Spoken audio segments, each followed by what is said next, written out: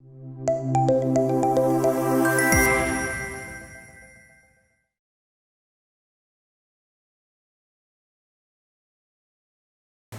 the session will be on the topic, how can EdTech collaborations aid in developing a better digital infrastructure, digital campus, and our eminent panel speakers would be Professor Dr. Ankit Kkarni, Pro Vice Chancellor, University of Technology, Jaipur, Rajasthan. Would request you to kindly come on the stage. Do we have Professor Ankit Gandhi here?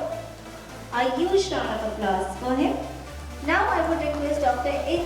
Singh, President, Sai Tirupati University, Udaipur, Rajasthan, to kindly come on the stage.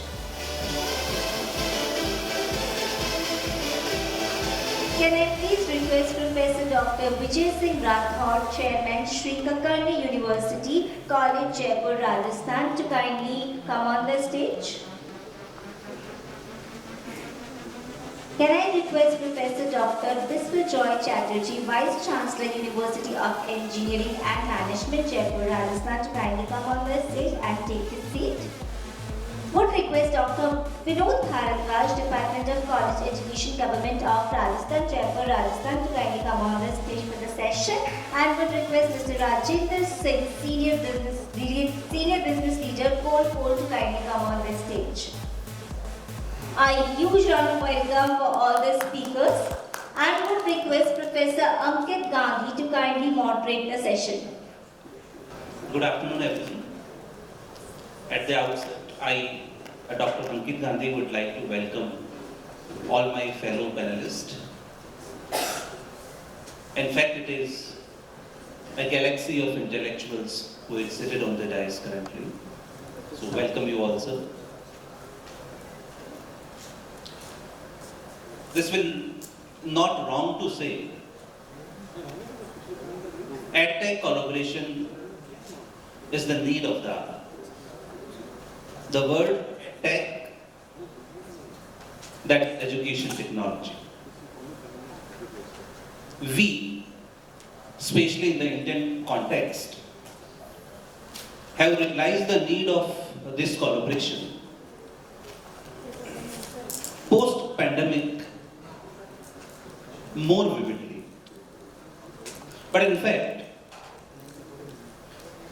the EdTech collaboration was there for the last 20-25 years. I was looking at the information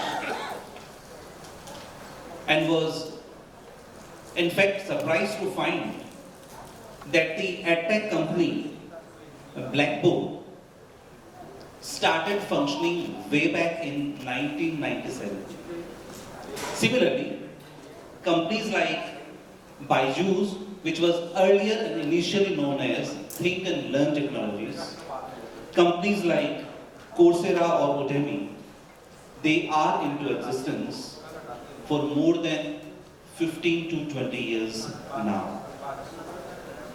So there is no denial that EdTech companies play a very crucial role in upgrading education.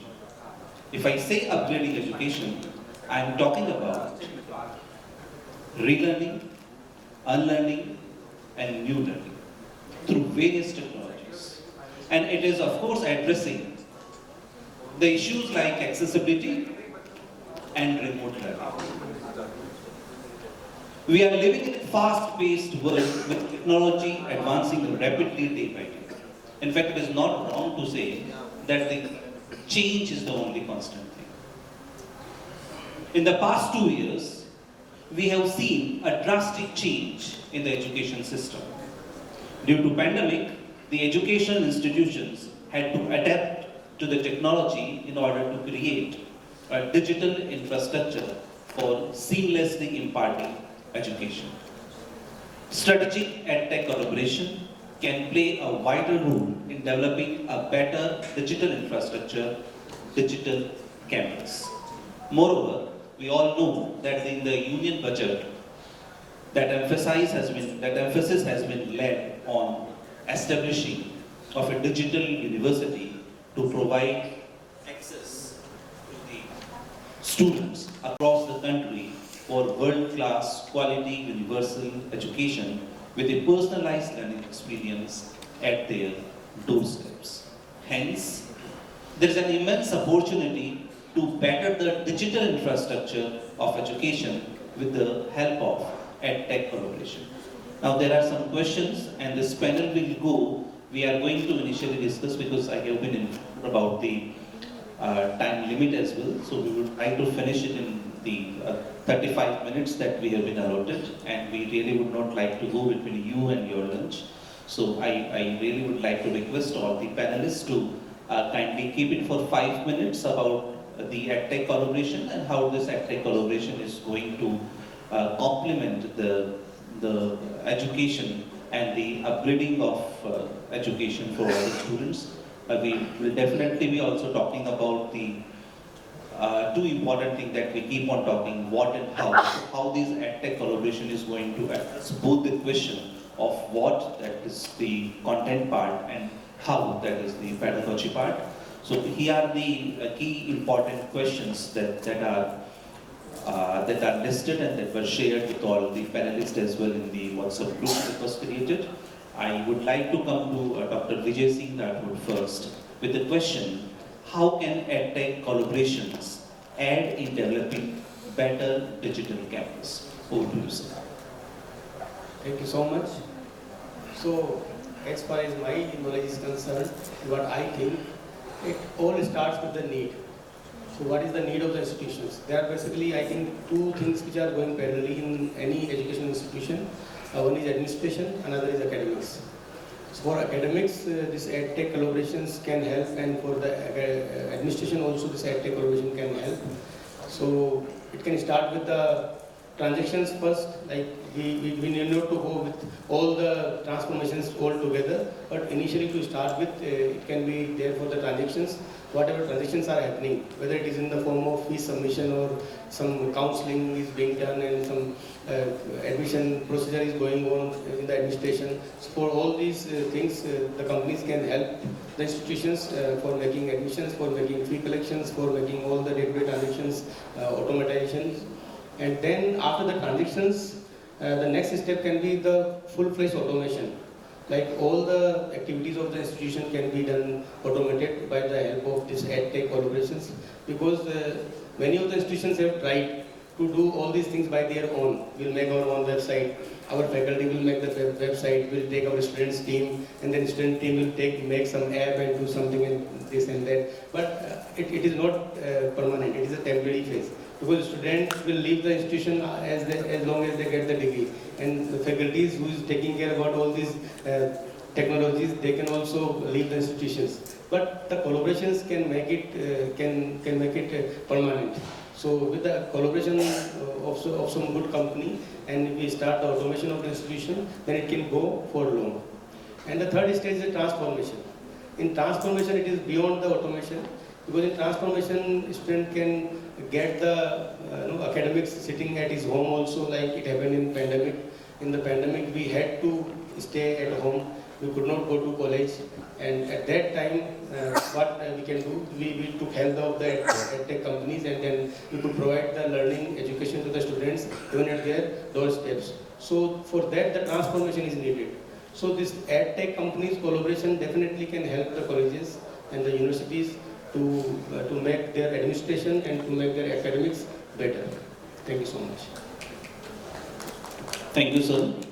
So beyond academics, Dr. Vijay has pointed out one more thing, and there are some partner companies as well with their stalls outside, and we have already seen it as well, that they are into not just upgrading education, but into providing ERP solutions, but into providing we very recently had the presentation through blockchain technologies, how can you safeguard your database as well. So we used to have the training companies in order to groom students and better prepare for their placements as well. So it is not just limited to upgrading education, but into administrative part as well, as Dr. Vijay has pointed out. Now moving forward, there is another important question that comes in the mind, and that is, how is digital infrastructure important for higher education institutions? Do we really feel that this digital infrastructure is important especially in this period, which is rapidly changing, and we all know that universities and colleges, they have to follow a standard procedure in order to upgrade their curriculum. Very oftenly they cannot do it because there is a standard procedure and that needs to be followed. Whereas the technology is changing at a very rapid state, a very rapid pace. So it is important that how can students and this is why we often feel there's a skill gap as well, that the students are not updated about the job requirements that the industries are offering. So I think Professor Chatterjee is going to address this question, that why this digital infrastructure is important for higher education institutions. Over to you, sir. Good afternoon to all. I believe I am audible.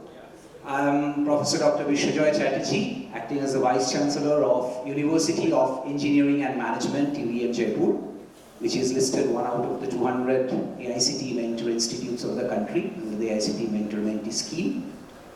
I am one of the co-founders of the university, now acting as the Vice Chancellor.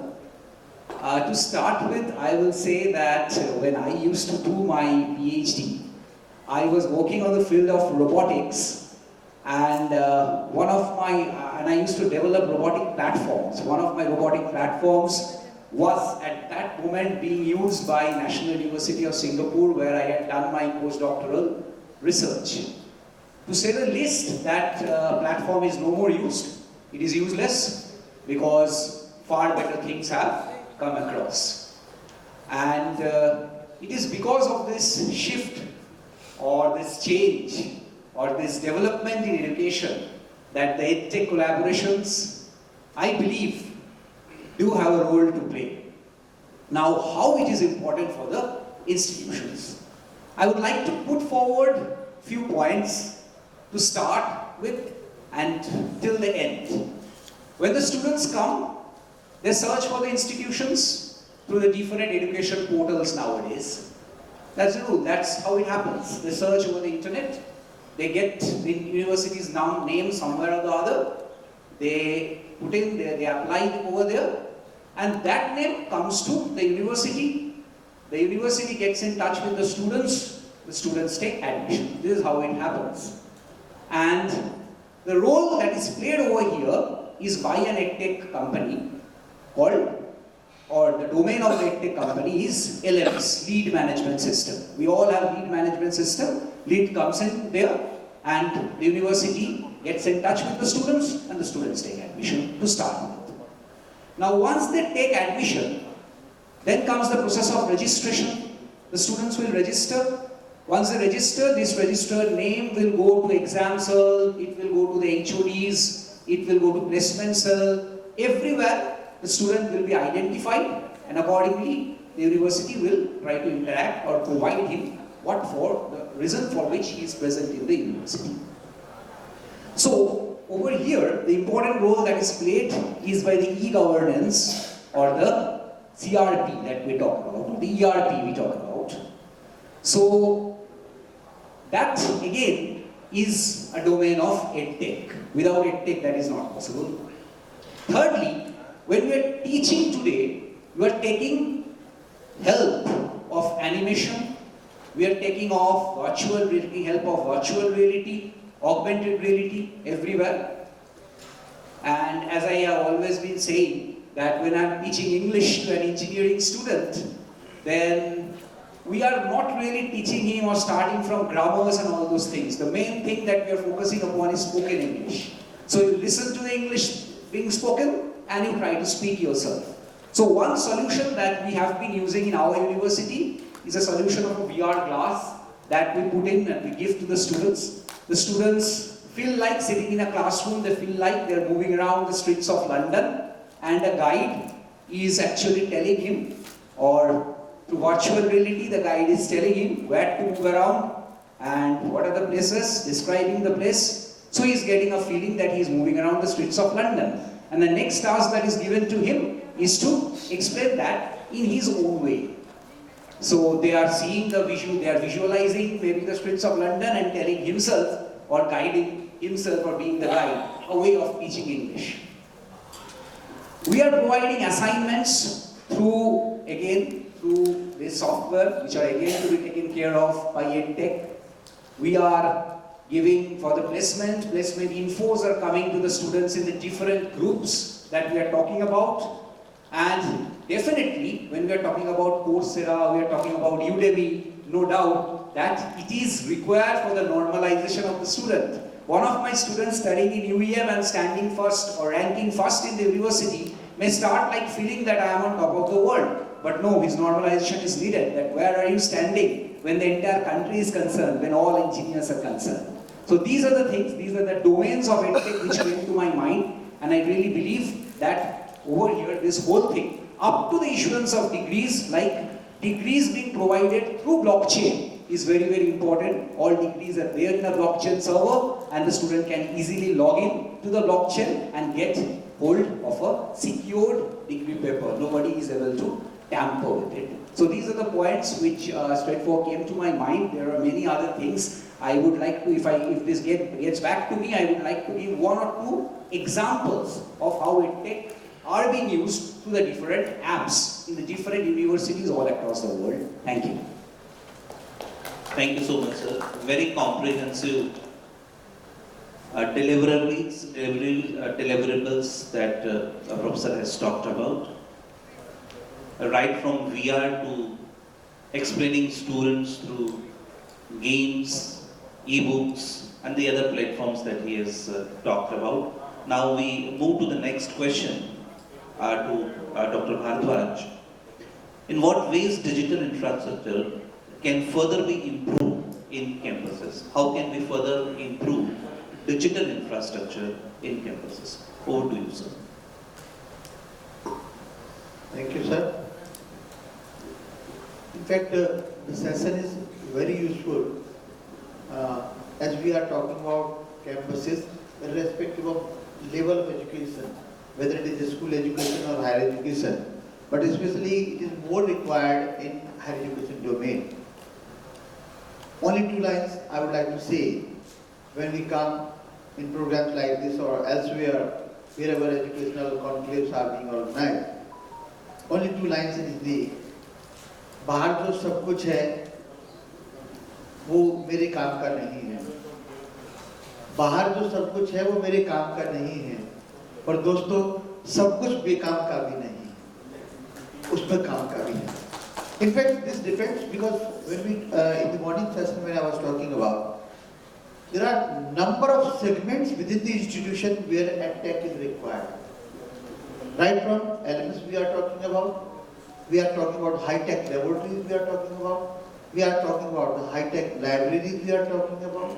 And even cyber cafes type facilities within the campus are very much required. But it depends again.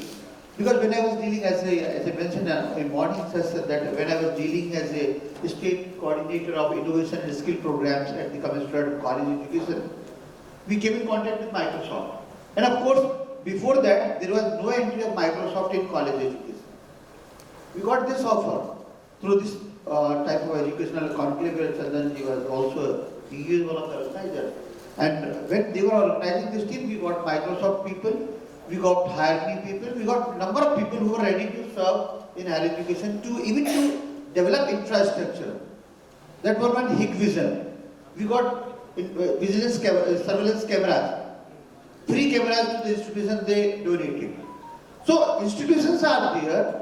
And I would like to again mention that first we have to prioritize our needs in institution. It is not that every institution is required every institution is requiring all 1 to 7 facilities. They may have, they may not have. Tracking of GPS tracking of buses may be required, may not be required. This depends again. So first and foremost need is to make the campus Wi-Fi so that at least the poor students who are not capable to bear the data cost every day, because you are going to deliver everything through internet. We are talking about WhatsApp. We will be sending in WhatsApp, but WhatsApp, again the data has its limitations. And they cannot bear every day 1 GB data, 1.4 GB data, because then they have to pay for that at least 700 rupees in a month or in 2 months, and 350 rupees again. Because this morning when I was visiting one of the stalls, I was told that this was some kind of some facility they are talking about. I'm just making that one. I asked them, it is sort of LMS. I asked them what is the cost. So they said it is 2,500 rupees per student, per annum. I said it is little bit higher. 2,500 rupees is not much costlier to the students who have been studying in the private sectors. But those who are coming to the government sector, it is really high because still the fee, annual fee of the student in the government colleges is 1,300 rupees annually. Only 1,300 rupees. And for the reserve category, again it is only 700 to 800 rupees. When we are charging 700 to 800, and if we ask them to 2,500 rupees per annum, where they are not in need of. Because sometimes cost factor also press the users to deny the facility. They don't want. In private sector, when after COVID, I'm talking about after COVID, private schools started charging some fee from the students for the digital classroom. This is happening in Jaipur also, and this was happened. Means they were developing the smart classrooms or digital classrooms after getting the funds from the parents. If we ask this, because we are in government sector and we ask the students that we want to develop some kind of smart classrooms in colleges for your students, they'll say no, we don't need education. So there is a challenge because before going to that, what facilities we are in need of, we have to think upon that what we are in really need of. And whether it is suitable or not. Of course, we need digital campus because just one example I am quoting. In 2016, Reliance gave this proposal to, again through this World Education Summit in Delhi, Reliance people met our additional chief secretary that time and they gave a proposal that we are going to give free Wi-Fi to your all government colleges. All government colleges, free Wi-Fi. And then what the limit of the data they offered? 20 MB. Then ACS said 20 MB is nothing. 20 MB is nothing. Because now it is a fashion that everything we are sharing through WhatsApp, I mean photographs and the files and the study material. Earlier it was not that much. Hardly WhatsApp was used only for the chatting or sending messages. 20 MB. But then he said 20 MB is little less. Quite less, and this will tax cost to the students. So they raised the data limit up to 50 MB. And they again agreed. But unfortunately, system is so typical that after that, when the Reliance was ready to accept every condition, even that it was denied that no. There is some business mindset behind this proposal, so we cannot allow you. So, where is the priority? Because it is not about priority again. But if you go to private colleges or private universities, the entire campus is Wi-Fi because there is no other question to keep it in mind. This is the essential facility for the students as well. If they are sitting free, they can access the material and they get everything in their hand before they enter into the class. So this is another way, a big facility. So we have to think about. And first and foremost need is to make the campus Wi-Fi, library automation and digitalization of the library. Then you have to go for the hi-fi laboratories. Then only we can think about other things. Unfortunately, I'm not no more there. Otherwise, it was in my plan to establish some sort of cyber cafe type centers in some selected government colleges with the help of the private players, so that we can facilitate those students who are really not able to bear the cost of the access to the through internet. This was my dream. But anyway, we'll see it again and we'll go definitely with our dream. Thank you so much. Thank you so much, sir. You have very well mentioned that it is important that we prioritize the things what is really required to the student and at a minimal cost as well. So starting from having a Wi-Fi campus to digitalization of the library to have a research lab set up in the university and the colleges. So it is important what is really needed for the student for his that can serve his true purpose. So we should prioritize and accordingly we should implement. Moving next, we have one panelist with the question, how can this digital campus help in providing a seamless experience? I would like to move to Rajendra Singh, he is senior business leader with CollPoll. Thank you. Good afternoon. My name is Rajendra Singh and I am representing CollPoll. CollPoll is Bangalore-based company currently working with around 150 institutions, helping in this digital infrastructure, not exactly hardware, but software part, the system. And we have implemented this successfully. So, education is there since ages, even technology. Last 30 years plus, technology is there. And institutions are using technology in some of the other way. And काम चल रहा है. Because अभी you discussed sir one point, the requirement of data. Right now, even 1.5 GB data per day does not suffice. While few years back, maybe 5-7 years back or 8 years back, 1 GB per month was sufficient enough. I was lucky enough I have 1 GB data per month. And reason is, because that time data was not generated, so much data was not being generated. But right now, you can understand the quantum of data being generated. So when such a quantum of data is there, it cannot be handled in ad hoc manner. So there should be a system. And same is true for education institutions also. So when it comes to digitization or the software part of the digital infrastructure, so we divide, I am of the opinion to divide into 3 parts. First is system of reports. You need to have one system where you can keep reports. And why these reports are required? Because repeatedly you need to have that information for you, for your accreditation purposes, for your authority purposes. Second is system of engagement. With this changing world, your student is exposed to technology. Everything is happening through technology for a student at every step except education. So the expectation of that student from the education institution is, it is not too much expectation if institution give or provide things through technology. And system of engagement, that's why it is required. It is required for the faculty also to give right kind of stuff. They should not waste time that they need to create the content. If some contents are already available, so you should have a system where those content can be disseminated to the student. And third system is system of intelligence.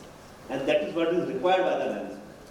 So much data is being generated every day in organic manner. Until unless we transform that data into such a form where management can take decision, that's the ultimate objective. That till the time it is not there, ultimate objective of the digitization will not be met. So, the quantum of data is too much, that's why ad hoc manner will not work. We need to get into the system. So that repetitive task can be avoided. Your end user, student, will be delighted because information will be available on single click. We give a very simple example. In our application, we have enabled visibility of attendance to students, date-wise attendance, of subject-wise attendance, and even that visibility to parents also.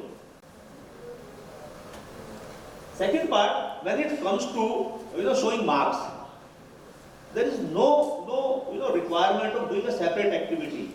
The moment faculty evaluate the question, the answer sheet, those marks will be automatically getting visible whenever you decide by a simple click. And even same process or same access can be given to parents also. They can also see how my kid is performing. It is possible if you have a system in place. If you are using just Excel sheet, through Excel sheet it is not possible. But through system it is possible. Another part is the communication. Communication is very, very important, especially when it comes to education institutions. So communication is not just communicating with the student. You need to communicate with the parents also, because parents are the real catalyst. I am coming from a business perspective from the institution side. Ultimately, if you want to grow, you need to have more admissions, and to get more admissions, you need to have a positive impact in the society. People need to speak positive about you. How will they speak positive about you? It is not just that I am, as an institution, I am telling something and they will start speaking positive. That is a regular process. You need to keep hammering. And how that hammering can happen? Either you send an email, or you send a letter, but everything has a limitation.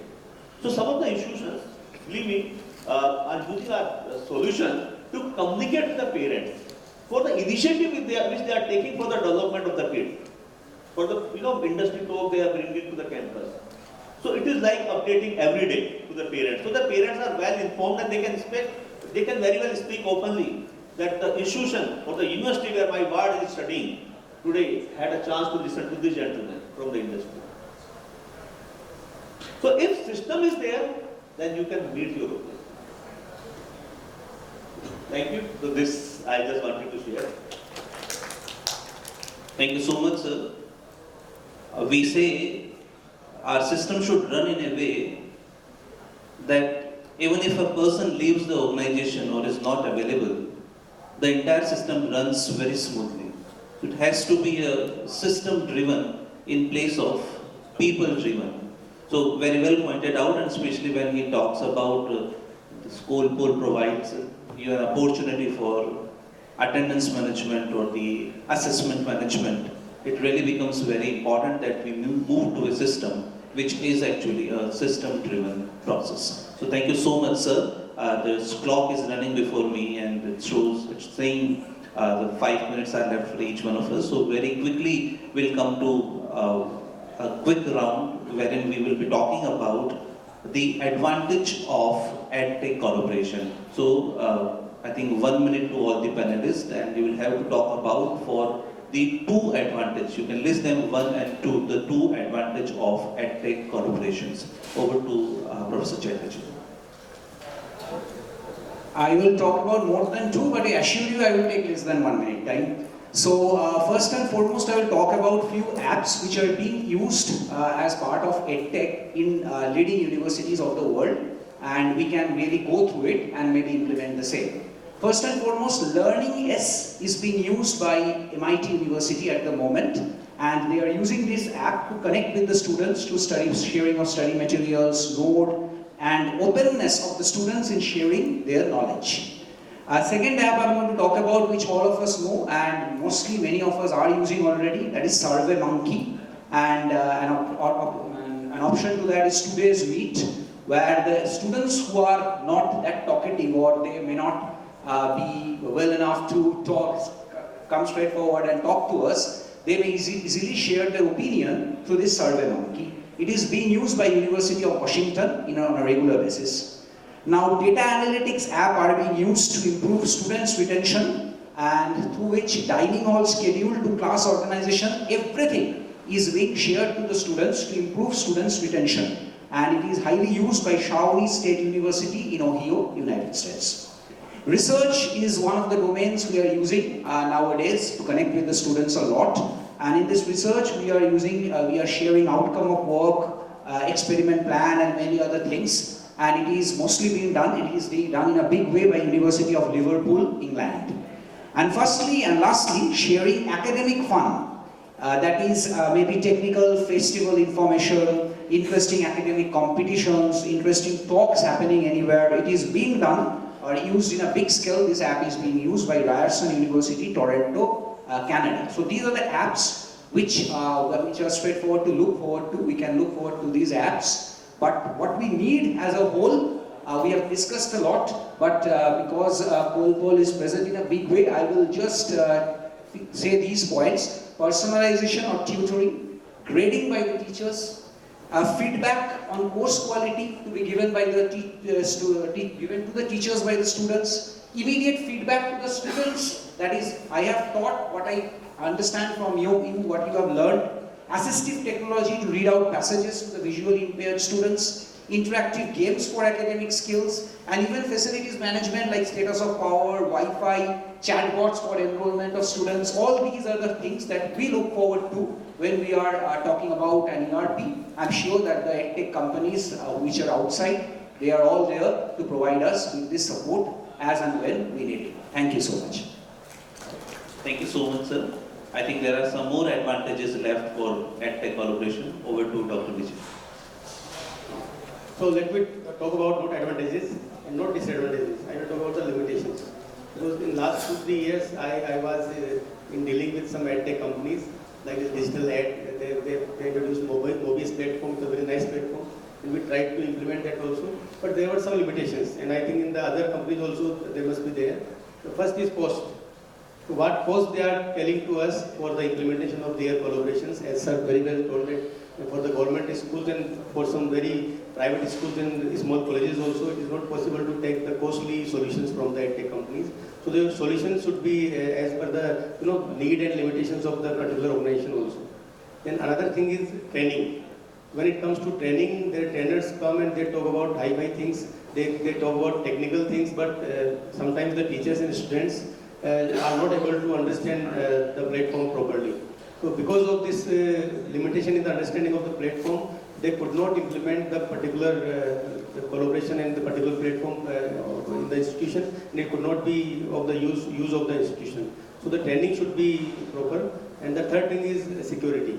Whatever data we are putting on the EdTech collaboration platforms, and then whether this data is safe or not. Sometimes there is some content creation is required. The faculty is putting all the efforts in making the content, and then they are putting the content over their platform. But now, what is the security of that particular content? And if the faculty leaves the institution, so what will be the copyright of that content? So these things should be written carefully in the agreement. So this cost, training, and security, it should be taken care while making all these EdTech collaborations. Thank you so much.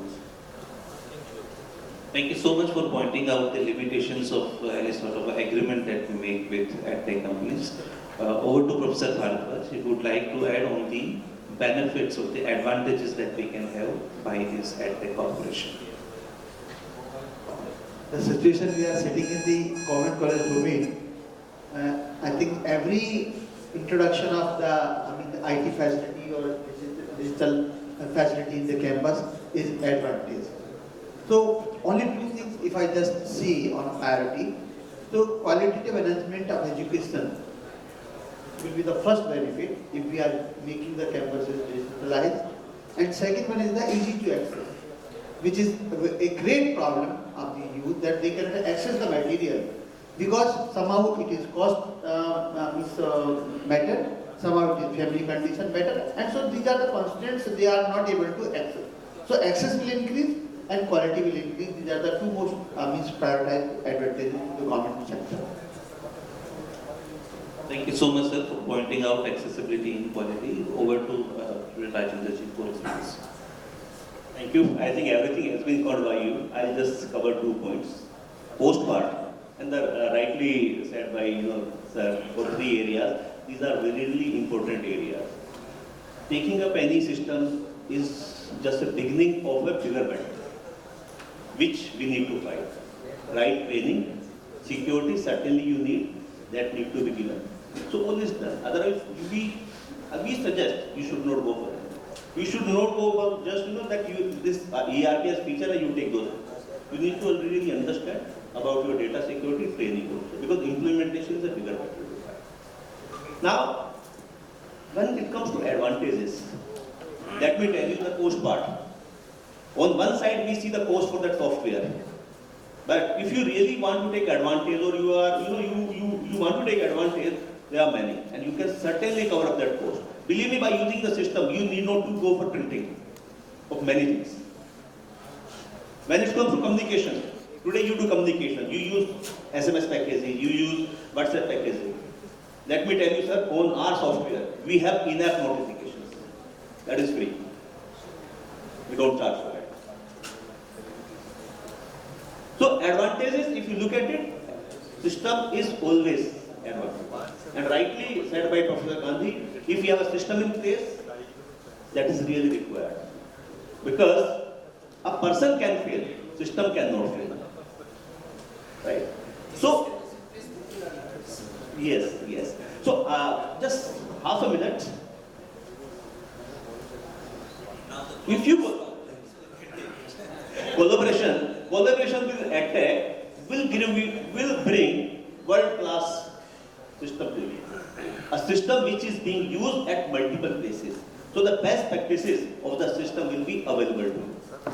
It is not that there is no talent at the institution level to develop the system, but it has a limitation. it will have a limitation. Moreover, software development work should be given to software companies and teaching work should remain the university. We should not cross path of it. So if we try to give content, will not do justice. Teaching will be done by the teachers only. Software we can do. Thank you. Thank you so much, sir. This has been a wonderful session, great deliberation on the topic, the collaboration of the EdTech companies and how the campuses can benefit from this collaboration. I thank you all, my fellow panelists, for their views on the topic. Thank you so much for the opportunities provided. Mr. Chandan is seated here, so Jada is also here. Our entire team member, thank you so much for this excellent opportunity provided to us. Thank you all.